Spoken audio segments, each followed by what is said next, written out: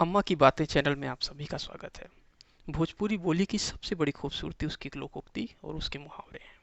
इस चैनल के माध्यम से हमारा प्रयास है कि विलुप्त प्राय हो रही संस्कृति को संजो कर रख पाएं। दोस्तों, मेरा नाम है नित्यानंद दुबे और इस वीडियो में मैं साथ हूँ अपनी अम्मा श्रीमती प्रभावती देवी दुबे के साथ। तो आज की क्या सीख है आपके पास? कर्ज बीमारी बैरी यार, इन्हें कभी ना छोड़िए, कभी ना हल्का जान। मतलब इनसे आप हमेशा सजग रहिए। जैसे कर्ज है, कर्ज को आप किसी से भी लेते हैं उधार कर्ज, तो या बैंक से लीजिए या किसी साहूकार से लीजिए या किसी अन्य माध्यम से लीजिए, लेकिन अगर उसे समय पर आप जल्दी नहीं पटाएंगे तो वो दिन दूना रात चौगुना बढ़ते ही जाएगा। ठीक बात है। ब्याज होगा, फिर ब्याज पर ब्याज होगा, तो वो आप के लिए मुसीबत बन जाएगी, आपकी मानसिक परेशानी बहुत होगी। कर्ज को जल्दी निपटाना चाहिए, कोशिश करना चाहिए। और बीमारी, दूसरा बीमारी है, ये मत आप सोचिए कि छोटी बीमारी है। छोटी बीमारी कब बड़ी बीमारी का रूप धारण कर लेगी आपको पता ही नहीं चल पाएगा। तो उसको, बीमारी को शुरू में ही जब शुरू होती है तभी उसको ठीक करने की कोशिश करिए, डॉक्टर वैद्य के यहाँ जा करके, जैसे वो आगे ना बढ़ पाए। अच्छा। और बैरी, बैरी माने तीसरा हो गया बैरी, दुश्मन। दुश्मन जो है, चाहे घर के हों या बाहर के हों, उनसे हमेशा सजग रहना चाहिए, सावधान और सतर्क रहना चाहिए। अच्छा। वो कभी भी टाइम देख करके आपका नुकसान कर सकते हैं। ये मत सोचिए कि चलो छोटा मोटा टाल दें, दुश्मन है छोटा तो। मोटा है, इससे कुछ फर्क नहीं पड़ता है। तो और इसके बाद चौथा नंबर कहा गया है आग। आग भी आपको बहुत नुकसान कर सकती है आपका। चाहे मान लीजिए एक छोटी सी चिंगारी है, अगर सावधानी न बरती जाए तो वही चिंगारी कब बड़ी रूप धारण कर लेगी आपको पता नहीं चलेगा, और आपका सब कुछ जलाकर भस्म कर देगी। ठीक बात है।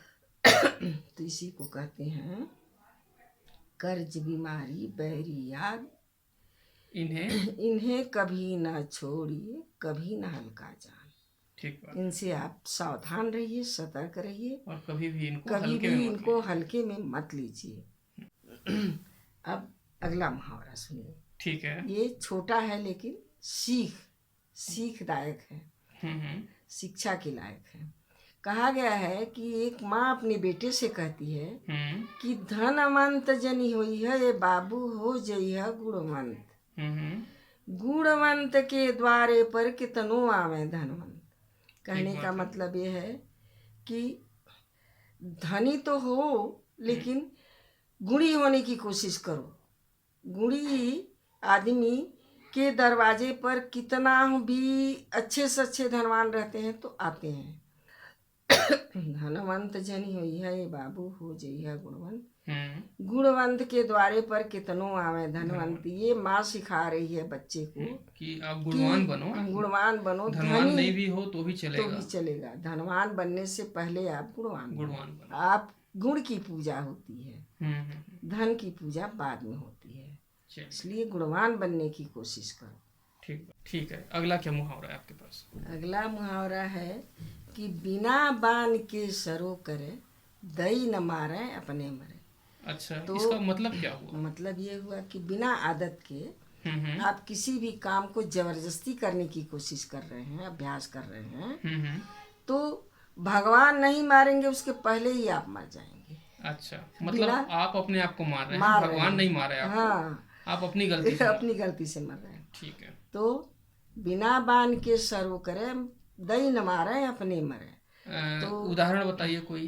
उदाहरण, बिना आदत के हाँ। आप कसरत कर रहे हैं, व्यायाम कर रहे हैं, आवश्यकता से अधिक व्यायाम तो सेहत के लिए ठीक है, करना चाहिए, लेकिन बिना आदत के आप उसको करेंगे, किसी का देखी देखा रामदेव बाबा जैसे पेट बनाने लगोगे तो आप तो गए फिर, क्योंकि आपका अभ्यास नहीं है, आपको आता नहीं है। ठीक बात है। आपकी सेहत खराब हो सकती है। तो उतना ही करिए व्यायाम जितना आपको हजम हो जाए, जितनी आप कि कर शारीरिक सकते हैं। क्षमता है। हाँ, ठीक बात है। नहीं तो आवश्यकता से अधिक व्यायाम भी नुकसान करता है शरीर को। ठीक है, तो मतलब ये है कि किसी को देख करके देखा देखी में आप काम मत करिए। आप अपनी क्षमताओं को पहचानिए, अगर आपकी क्षमता के अंतर्गत वो काम आता है तो आप कीजिए, आराम से करिए। ठीक बात है।